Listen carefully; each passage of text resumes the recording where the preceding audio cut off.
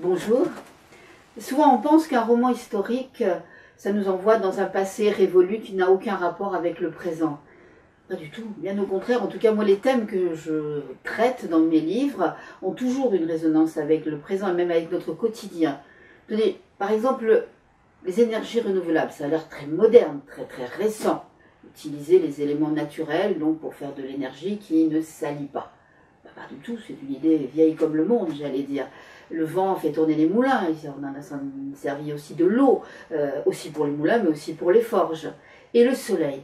Et même le soleil, ça date de 1900. Alors, il y avait déjà eu des études avant, hein. On tournait autour. Mais en 1900, il y a un scientifique portugais, qui était prêtre d'ailleurs, le Padre Himalaya. On l'appelait comme ça parce qu'il était très grand. Son vrai nom, c'est Mario Antonio Gomes. Il est là, derrière moi. Eh bien, le Padre Himalaya a mis au point le premier faux solaire. Et il est venu ici, en terre catalane, parce que c'est là où il y avait le plus de soleil, sur les Pyrénées, la partie qu'on appelle les Alberts, c'est la partie la plus à l'est, celle qui se jette ensuite dans la Méditerranée, vous savez, du côté de Collioure. Donc il s'est installé au-dessus d'un village qui s'appelle Sorède. Dessus, vous avez l'ermitage de Notre-Dame du Château, puis au-dessus encore un col qui s'appelle le Coll del Buc, et qui est juste sous le château de Lutrère. Eh bien, c'est sur ce col qu'il a fait son installation, qu'il a construit ce premier four solaire, qu'il l'a testé et qu'il l'a mis au point. C'était à l'été 1900 et il a réussi.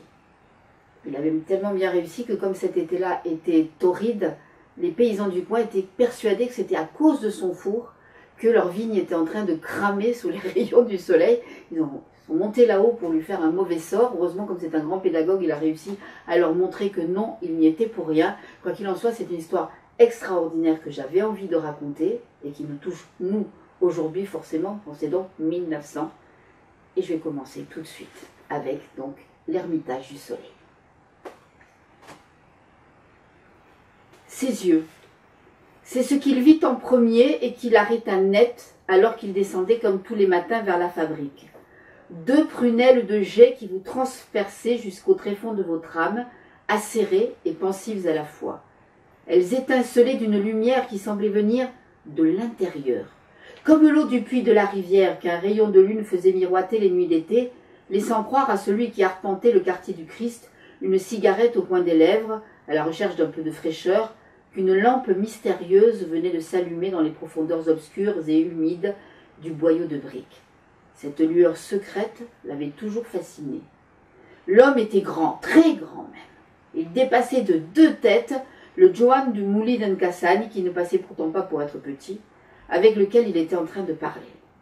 Il se tenait très droit dans sa redingote noire qu'il gardait boutonnée jusqu'en haut, malgré la chaleur lourde qui commençait à s'apesantir sur la place et poissait déjà les dos sous les chemises. Ses cheveux bruns, coiffés en arrière, lui retombaient dans le cou. Il avait de la prestance et ce je ne sais quoi qui fait les hommes qui avancent et que les autres suivent.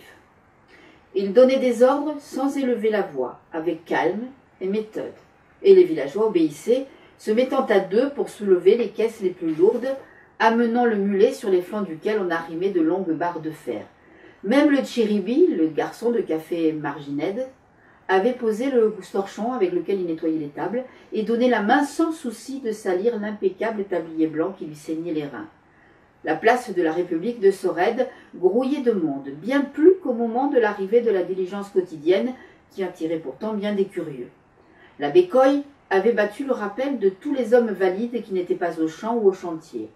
Les charrettes lourdement chargées, arrivées la veille par la route d'Argelès, étaient bien incapables de se hisser jusqu'à l'ermitage de Nostre Seigneur del Castell par l'étroit sentier escarpé qui grimpait sur 5 kilomètres entre Pierre, Bruyères, Chêne-Liège et Châtaignier.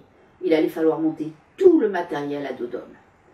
Finette, la plus jeune des filles du maréchal Ferrand, écoutait bouche bée un jeune homme à casquette et à l'accent parisien qui surveillait le transbordement du convoi. Il faisait l'important, lui donnant du mignonne à chaque détour de phrase, et la Finette buvait ses paroles subjuguée. Ah, si son père la surprenait à se trémousser ainsi, elle ne couperait pas à un aller-retour maison. L'homme à la redingote mit fin à ce fast-etch, enfin celui marivaudage si vous préférez, en rappelant le jeune ouvrier à ses devoirs. Élisabeth, la plus vieille, et Marie, la plus grave, venaient de faire entendre leurs voix jumelles, 3 coups pour l'heure, atteintes au terme d'une révolution complète de la grande aiguille de l'horloge de la tour carrée en briques, puis 8 pour le décompte. La vibration puissante des 2 cloches de l'église, nichées dans leur fenestrou du clocher-mur, juste au-dessus de leur tête, se répercutait sur les façades de galets et jusqu'à la couverture épaisse de nuages qui voilaient le ciel ce matin-là. Il fallait se hâter de partir avant que celle-ci ne se dissipe et que le soleil de ce début du mois de juillet n'incendie le flanc de la montagne et ne rende l'ascension encore plus pénible. Les préparatifs s'accélérèrent. Michael Jens se baissa pour empoigner la corde qui ligotait un paquet allongé recouvert de jute. Un cliquetis métallique laissait supposer qu'il contenait divers outils ou instruments dont le profil anguleux bosselait la trame épaisse de la toile. Le regard de l'homme en noir lui recommanda de les traiter avec précaution, et Michael reposa docilement le paquet par terre afin de mieux assurer sa prise. Les yeux approuvèrent d'un battement de paupières. Quant à la Saint-Jean, juste après l'Ité Missa Est, l'abbé Coy avait annoncé la venue prochaine à Notre-Dame du Château d'un prêtre portugais, grand homme de foi et de science. Michael ne l'avait écouté que d'une oreille. Le bouillant curé de Sorède n'était jamais à court d'idées pour réveiller l'ardeur de ses fidèles qu'il jugeait bien tièdes chrétiens et trop peu assidus à l'office à son goût. Il n'avait pas de mots assez durs pour fustiger la coterie des sans-dieux républicains qui ne se gênaient pas de leur côté pour afficher ostensiblement leur anticléricalisme militant et jurer d'en finir une fois pour toutes avec la réaction.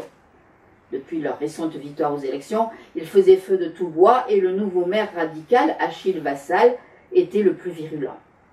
Le dimanche, attablé à la terrasse du café Baris, il guettait la clochette de l'enfant de chœur pour inviter ses amis à trinquer bruyamment au moment exact où le curé élevait le ciboire au-dessus de sa tête pour l'offertoire. L'abbé Coy n'hésitait pas en retour à qualifier en public l'élu de tyran au petit pied et même de monstre. Bref, entre les 2 clans, la guerre était déclarée. Tous les moyens étaient bons pour marquer des points. Ce matin de Saint-Jean, justement, M. Pisser, un grand banquier barcelonais qui passait tous ses étés à Sorède, où il était un des plus influents soutiens de l'abbé, avait apporté son gramophone à l'église, afin d'ébaudir les paysans crédules qui contemplaient, avec un respect mêlé de crainte, le pavillon de cuivre rutilant d'où sortait, comme par magie, une musique aigrelette et nasillarde. Michael, qui venait à la messe plus pour faire plaisir à sa mère et plaire à M. Solsona, son patron, que par conviction réelle, avait pris l'annonce de l'abbé pour une nouvelle manœuvre destinée à capter l'attention. Les joues rougies d'excitation, le curé pérorait sur les expériences extraordinaires que venait mener son collègue lusitanien tout là-haut à l'ermitage de Notre-Dame du Château. Coy se passionnait pour la chose scientifique et dans son enthousiasme, il avait souvent tendance à exagérer la portée des découvertes primordiales dont il lisait les comptes rendus dans la presse. En l'écoutant vanter les mérites du savant prêtre portugais, Michael s'était plu à imaginer, allez savoir pourquoi, un bonhomme replet, en soutane, aux yeux de myope, protégé par de petites lunettes cerclées de fer, qui accentuaient la rondeur d'un visage lunaire au front dégarni. Ah, il ne s'était certes pas attendu à se trouver face à ce dandy élégant, dont seul le col blanc, sans cravate, rappelait la vocation ecclésiastique, et encore moins au choc de ce regard magnétique. Michael se baissa de rechef pour en serrer précautionneusement le paquet de ses 2 bras, afin d'être sûr de ne rien laisser échapper. « Laisse donc ça, homme, tu vas salir ton beau costume !» Sans lui laisser le temps de répliquer, le ciscle de la fine lui ôta son fardeau des mains. « Mais à quoi tu rêves ce matin, Michael ? Il y en a qui sont faits pour porter et obéir, et d'autres pour commander, être âme. » Il parlait sans acrimonie aucune. Certaines choses étaient évidentes et il se contentait de les énoncer. Il ne lui serait pas venu à l'idée d'en éprouver une quelconque rancœur, encore moins de les contester.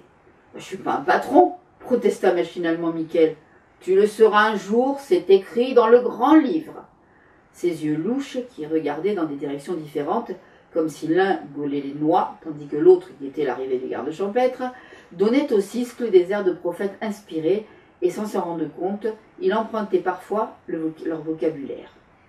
Mais un grand sourire vint aussitôt tempérer ce que ses propos pouvaient avoir d'un peu trop solennel, fendant ses joues râpeuses, hérissées d'une barbe dure de 3 jours, et découvrant ses dents de devant écartées, que Marguerite, la sœur de la Bécoye, appelait les dents du bonheur. La langue dans l'interstice, le ciscle aspira bruyamment, produisant un léger sifflement mouillé, celui-là même qu'il réservait à Bijou, le loup percheron Isabelle, au moignon de queue en chasse-mouche de la ferme, pour lui donner le signal d'avancer. « Allez-vous, Mickaël, file au chantier, les affaires n'attendent pas. » Agrippant la toile de jute de ses doigts couverts de cicatrices, il prit son élan et posa avec un grand « Han !» le paquet en travers de son épaule. Moi, je monte vite fait à la mare de Déu del Castell. Le grand type là-bas a promis 3,50 francs à chacun pour le voyage. Tu te rends compte? Le salaire d'une journée de travail à la fabrique. Oh ben ça vaut le coup de transpirer et de se casser le dos 1 heure sur ce bon Dieu de sentier fait pour les chèvres. Hein. Après, j'aurai bien le temps d'aller lever le liège, conclut-il en frappant du plat de sa main libre la hachette qu'il avait passée dans sa fâche, sa grosse ceinture en tissu. Il ne sortait jamais sans elle. Il s'en servait pour trancher l'épaisse écorce élastique du chêne avant de l'enlever par plaques courbes, laissant le tronc à nu comme rouge de sang. Puis le ciscle s'éloigna pour rejoindre la colonne qui était en train de se former au bout de la place, en sifflotant la perdriole entre les incisives. Dans la cour de la fabrique Solsona, le travail avait déjà commencé. 3 ouvriers, penchés sur un chevalet, sciaient leur première tige de micocoulier de la journée. Une abondante provision de yédonner blond, sorti de la réserve où il séchait depuis 2 ans, attendait, dressé contre le mur, de passer à son tour sous la scie, première étape de la fabrication des fouets qui faisait la réputation de Sorède dans toute la France et même par-delà les frontières.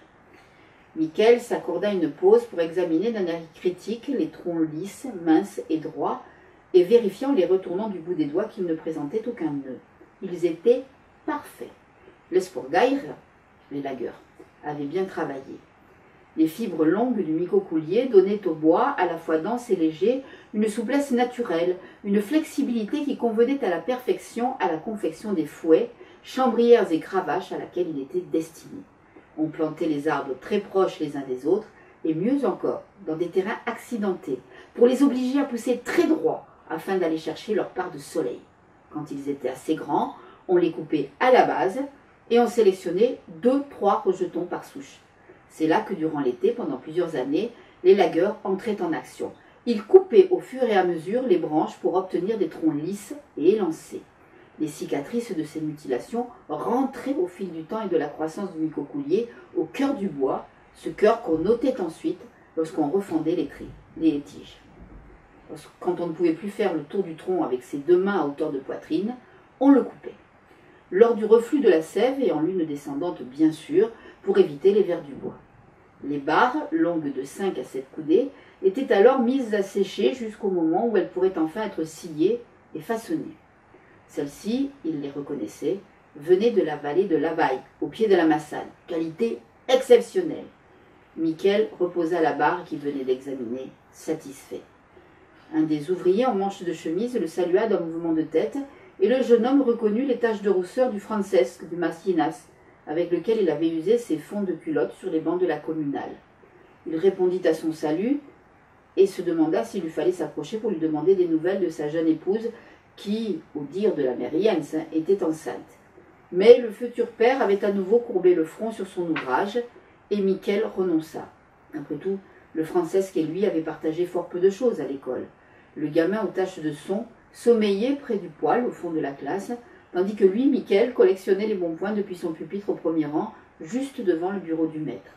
Et même la récréation ne les réunissait pas, l'un préférant rester assis sur une des marches du perron, plongé dans un livre, tandis que l'autre, pour le coup bien réveillé, s'adonnait avec ardeur à des jeux plus virils, comme les barres ou la balle aux prisonniers, qui le ramenaient ensuite près du poêle, une fois la cloche sonnée, les joues écarlates et le front luisant de transpiration. Du moins cet arrêt avait-il permis à Mickaël de reprendre haleine. Au moment où il s'apprêtait à quitter la place où le convoi achevait de se former, un spectacle étonnant l'avait encore retardé. Le Jean Piquemal, un gaillard sanguin presque aussi large que haut, ce qui lui avait valu le surnom de la Torre, la Tour, s'efforçait de hisser sur son dos une pièce pesante d'une bonne centaine de kilos. L'homme, à la redingote noire, effaré, s'efforçait de l'en dissuader, mais le Jehan se faisait fort de monter son fardeau jusqu'à l'ermitage d'une traite, et bouche fermée, précisait-il. Ceux qui s'attendaient à ce qu'on le retrouve effondré dans un fossé, cherchant désespérément un peu d'air, en seraient pour leurs frais, avait-il ajouté, en défiant du regard les quelques incorrigibles qui pariaient déjà à voix basse sur la capacité de la Thor à relever pareil défi. Le coup du quart tombant du haut du clocher avait rappelé Michel à l'ordre, et c'est en courant qu'il avait dévalé les rues en pente du village jusqu'à la place du marché au grain et de là traversé le pont de pierre sur le Tachaud, déjà réduit en ce début d'été à un mince filet d'eau cherchant son chemin entre les cailloux pour débouler en trompe dans la fabrique à l'entrée de la Couscouillette. La halte dans la cour lui avait permis de retrouver son souffle et une contenance plus appropriée au bras droit du patron qu'il était déjà, malgré son jeune âge. Il balaya du revers de la main la manche de sa veste, dont la poussière, soulevée par sa course effrénée, avait quelque peu blanchi le bleu marine, rajusta le nœud qui fermait le col de sa chemise immaculée et s'engouffra directement dans l'étroit couloir qui menait au bureau de M. Solsona. Il avait perdu trop de temps à jouer les badauds sur la place, il ferait le tour des ateliers plus tard. Et nous le ferons ensemble demain.